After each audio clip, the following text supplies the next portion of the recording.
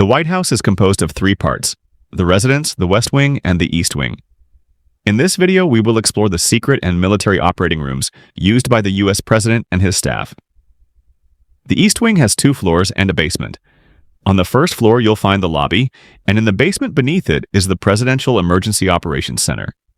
It's a bunker under the East Wing that serves as a secure shelter and communications center for the president. During the September 11th attacks, a number of key personnel were evacuated from their offices in the White House to this place. This room served also as a shelter for Donald Trump during the night of May 29, 2020, at the beginning of the George Floyd protests. The second part of the White House is the main residence. It has 4 floors and a basement containing storage locals and technical rooms. On the ground floor of the White House's executive residence, some areas are used as offices, including offices for the United States Secret Service, which helps support protection inside the White House complex. These offices are home to the Secret Service agents protecting the president 24/7. This is where they coordinate security operations and monitor threats. Basically, mission control for keeping the president safe. For example, in 2014, the Secret Service said its uniformed division officers responded to a fence intruder and physically apprehended the person. More recently, in 2025, the Secret Service arrested a man after he climbed a gate at the U.S. Treasury Building, a protected area next to the White House. Let's go back to the same ground floor in the residence part of the White House where we can find the White House Military Office.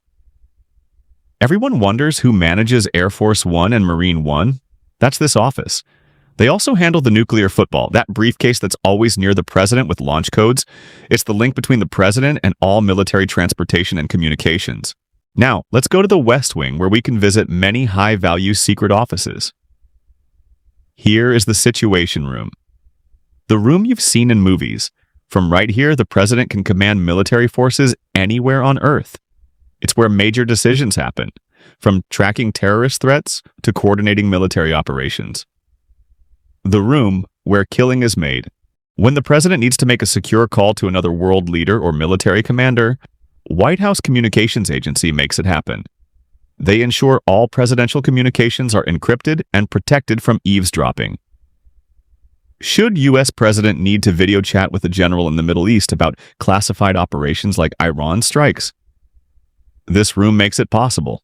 It's equipped with secure video systems so the president can have face-to-face conversations about top-secret matters without anyone listening in.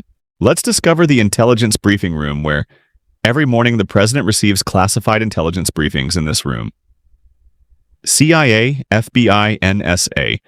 All the alphabet agencies share their latest intel here. It's where the president learns what's happening around the world before anyone else does. The James Brady Press Briefing Room at the White House is the place where journalists question the administration and major announcements are made. Located in the West Wing, this iconic room hosts daily briefings by the White House press secretary, with reporters from major media outlets asking questions on national and global issues.